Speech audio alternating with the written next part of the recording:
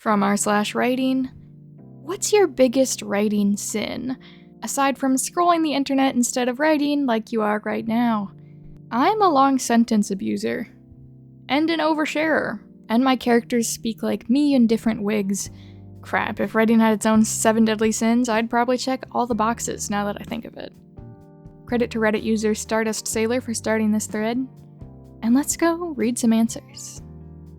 My characters nod way too much. It's like a subconscious thing, but whenever I'm editing, I find non-stop instances of character nodded. Or if I'm feeling adventurous, character nodded slowly.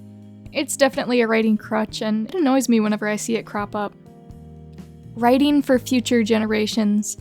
I feel anxious if I write in such a way that can only be understood for the next 100 years.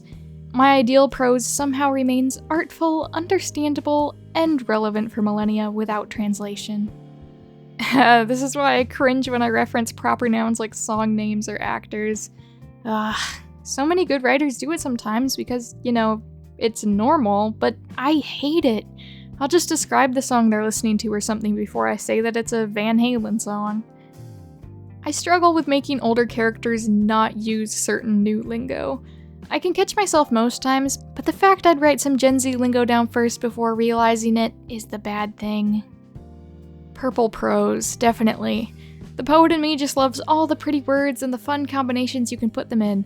I've had to make a whole separate document for sentences that are too pretty to delete, but too redundant to include in the manuscript. Do I go back and read all of these? No, but writers can have their junk drawers filled with shiny rocks and loose paper clips. I have a love affair with the M- symbol. I use it everywhere, like once a paragraph. I use it where a semicolon, a colon, an ellipsis, even a comma would suffice. I don't even do it on purpose, it's just the way I think. Sometimes I even end a paragraph with it.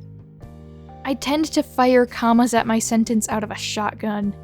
I also often use tentative language like almost or probably or other words to avoid making absolute definitive statements because I have a deep-seated fear that people will take one tiny, technically incorrect thing I say and use it to drag me through the mud. This often seeps into my character voices as well. Excessive description. Could I have settled for, he strikes at him with his sword? Yes. But why? When you can write something like, his scintillating blade's edge momentarily captures the sun in its sheen as he flourishes his sword wildly. A quick stab, followed by a feint, and ending with a strike, leaving the blade sheathed in his opponent's flesh. The sheen of the sun forever separated from the blade, as the hilt of the sword is left as a tombstone on his corpse. I am edgy. I'll write stuff like, I was fine and he wasn't. When I could just write, I was fine and breathing. My opponent, on the other hand, was as still as a statue. Really, my prose will never feel real enough if my sentences aren't centipedes with really instead of legs. Add me to team adverb abuse. I don't think I'm too bad about it, but I've definitely made someone cringe. Also, I used to overuse M-dashes, but I fixed it by picking up a semicolon habit instead, so now I'm one of those people. And I'm prone to over-explaining things in prose, but I do that in reality too, so, writing-wise, I guess, I just have to be careful it doesn't carry me into telling, not showing territory. Oh, and italics. Love me some italics. #1 style choice of mine that people... Well, they don't complain about it, but I will often be informed of it, as though perhaps I hadn't noticed, and that's why it keeps happening. Adding details that the audience would never wonder about, like what hand someone is using. Who cares? Well, it can matter, like if your character is doing different things with each hand. Maybe my left hand is reaching for a drink while my right continues typing. Also, I'm mildly attached to the fact that one of my characters is, specifically and intentionally, it is character design, left-handed. So I point out that he's using his left hand in particular because one day I dream of fans having fits at each other in the notes of the fanfiction. Did I mention my delusions of grandeur? About whether or not the character is portrayed as canon or right-handed AU. 95% of readers will not care. But I do, and I live for the 5% who agree with me. I'm a white room syndrome connoisseur. I just love having my characters talking in a nondescript space. Setting, visual descriptions, world immersion? Who needs that? Give me 2 or 3 or 4 people talking. More! The dialogue is always the first thing I write. Then I have to go and fill in what the scene actually is.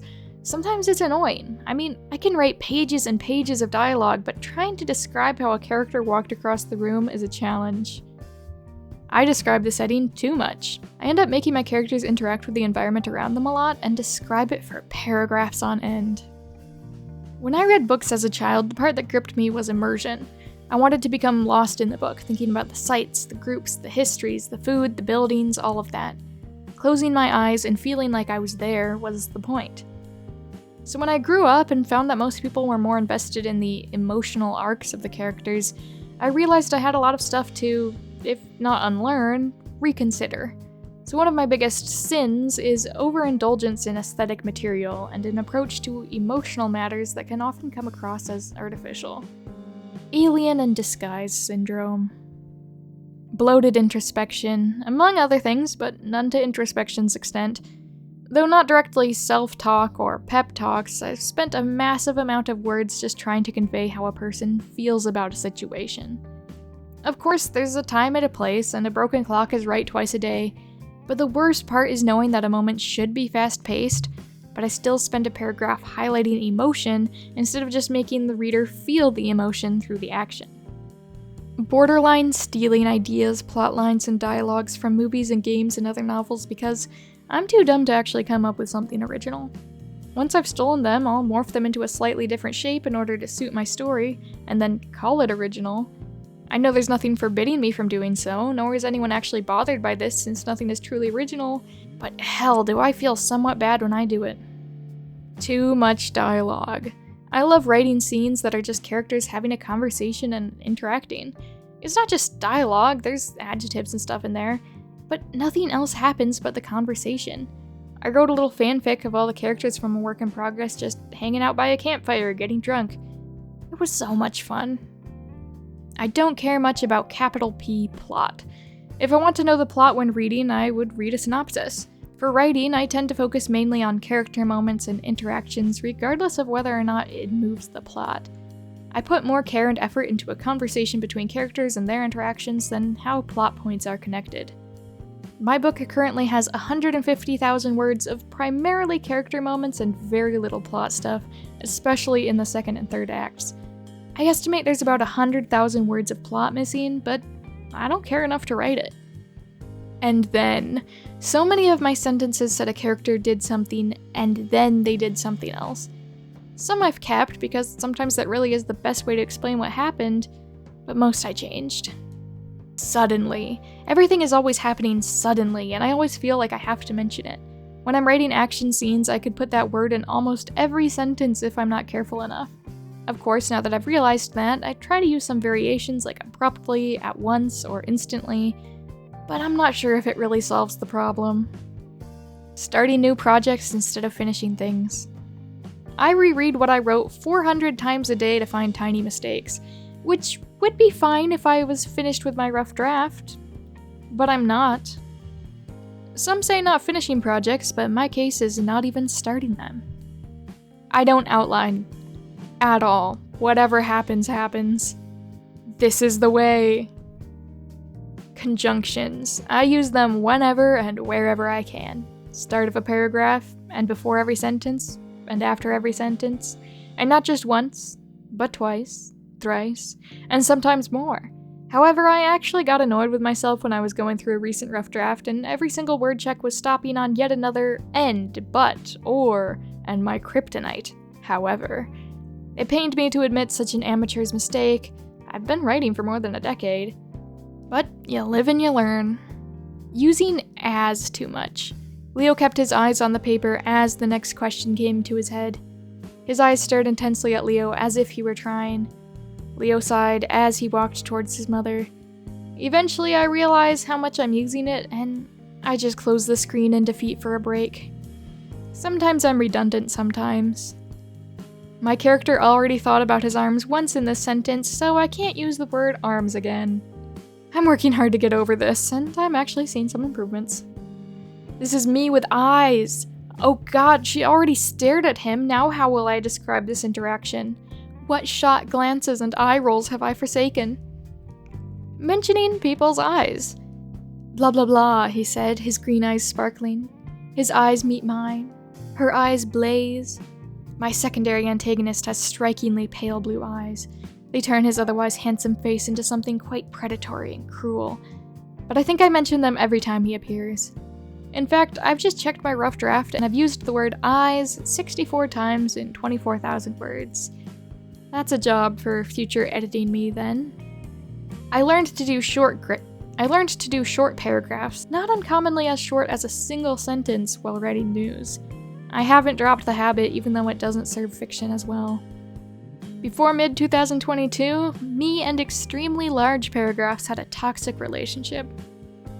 Very, very vague descriptions. Basically nothing about a character is described unless it's plot relevant in some of my works. Long sentences with a lot of commas, short sentences with a lot of commas. Even the non-spoken writing is cut and dashed with commas as if it's being spoken.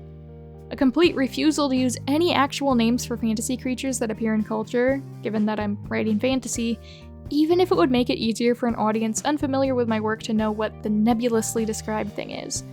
I gotta make up my own names for the things, damn it. The comma has not known peace since I've known it. Sentence fragments. I use them all the time and get angry when spell check tells me. Probably putting accents and mannerisms into the way I present dialogue. I want you to be able to hear that characters are different when you read. I wish more writers put effort into character details like this. I'd gladly trade the overabundance of background details to know a character's small talking quirks. Never mind how they look besides blonde and blue-eyed. How long is their hair, and what shade of blue? A number of crimes with dialogue. Once I get characters talking, they won't shut up. Separately, though often overlapping, interview dialogue, which isn't natural enough to be believable. It drives me nuts. Sometimes it clicks naturally, but often it doesn't. I tried to force myself to write even when I'm burnt out. Time and time again, I have to remind myself I'm writing. It should be fun, not a chore or a burden. Reading countless articles and discussions on the sins of writing to find the perfect formula for the perfect writing. Writing is an art, and just like any art, it takes lots of work to get good at it. And also like art, no two people will approach it the same way. A huge thank you to my Patreon members, my Little Ruse, Seltzer Fountain Man, Kuski55, Midnight, and Logan. You can join my Patreon too if you want a shout out at the end of my videos, and a bit of additional video content. And of course, thank you everyone for watching this video. It'd be fun if you shared your writing sins in the comments. I'm definitely someone who uses the word just too much. I have to get rid of the word just so often. But remember, there's no one correct way to write. I wish you all the best in your writing endeavors, and I will see you in the next video. Have an awesome day, everyone.